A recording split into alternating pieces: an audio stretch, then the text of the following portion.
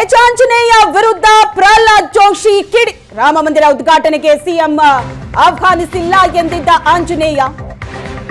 H Anjaneya ವಿರುದ್ಧ ಪ್ರಹ್ಲಾದ್ ಜೋಶಿ ಕಿಡಿಕಾರಿದ್ದಾರೆ. ರಾಮ ಮಂದಿರ ಉದ್ಘಾಟನೆಗೆ ಮುಖ್ಯಮಂತ್ರಿಗಳನ್ನ ಆಹ್ವಾನಿಸಿಲ್ಲ ಅಂತ ಎಚ್ ಆಂಜನೇಯ ಹೇಳಿಕೆ ಕೊಟ್ಟಿದ್ರು. ಯಾವ ರಾಜ್ಯದ ಬಿಜೆಪಿ ಮುಖ್ಯಮಂತ್ರಿಗೂ ಆಹ್ವಾನ ಇಲ್ಲ. ಕೇಂದ್ರ ಮಂತ್ರಿಯಾದ ನನ್ನನ್ನೇ ಕರೆದಿಲ್ಲ. ನನಗೆ ಸಮಾರಂಭಕ್ಕೆ ಬರಬೇಡಿ ಅಂತ ಹೇಳಿದ್ದಾರೆ. ಅಲ್ಲಿ ಜಾಗ ಇಲ್ಲ, ಅಲ್ಲಿನ ವ್ಯವಸ್ಥೆ ಸೀಮಿತವಾಗಿದೆ.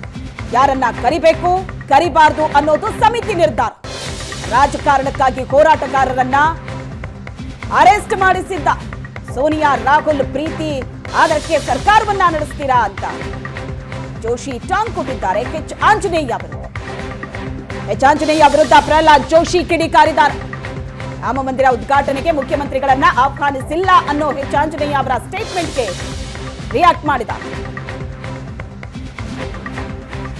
ನೀವು ಪೋಷಕರಾಗಲು ಕಾಯುತ್ತಿದ್ದೀರಾ? ಚಿಂತಿಸದಿರಿ. ಓಯಾಸಿಸ್ ಫರ್ಟಿಲಿಟಿ 90,000 ದಂಪತಿಗಳ ಜೀವನದಲ್ಲಿ ಸಂತೋಷವನ್ನು ತಂದಿದೆ. 7825893601ಗೆ ಕರೆ ಮಾಡಿ. ಅತ್ಯದ್ಭುತ ರಿಯಾಯಿತಿ ಪಡೆಯಿರಿ ಹಾಗೂ ಎಲ್ಲರಿಗೂ ಗುಡ್ ನ್ಯೂಸ್ ಕೊಡಿ.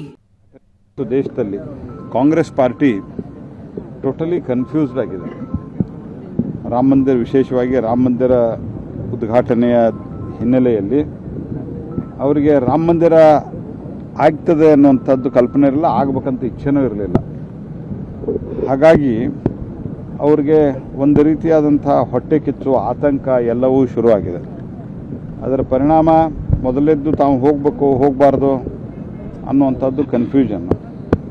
ಮಂದಿರ ಉದ್ಘಾಟನೆ ಬಂದಿದೆ, ಹೋಗಬಾರ್ದು, ನಾವು ಹೋಗೋದಿಲ್ಲ ಅಂತ ಕೆಲವರು ಸ್ಟೇಟ್ಮೆಂಟ್ ಕೊಡ್ತಾರೆ. ರಾಮನ ಅಸ್ತಿತ್ವದ ಬಗ್ಗೆನೇ ಪ್ರಶ್ನೆ ಮಾಡಿದಂಥವ್ರು ಇವರು.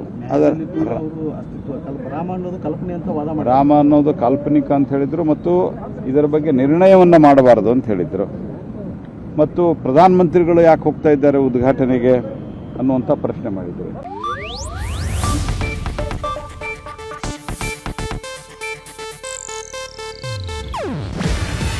ಇದು ಏಷ್ಯಾನೆಟ್ ನ್ಯೂಸ್ ನೆಟ್ವರ್ಕ್ ಪ್ರಸ್ತುತಿ.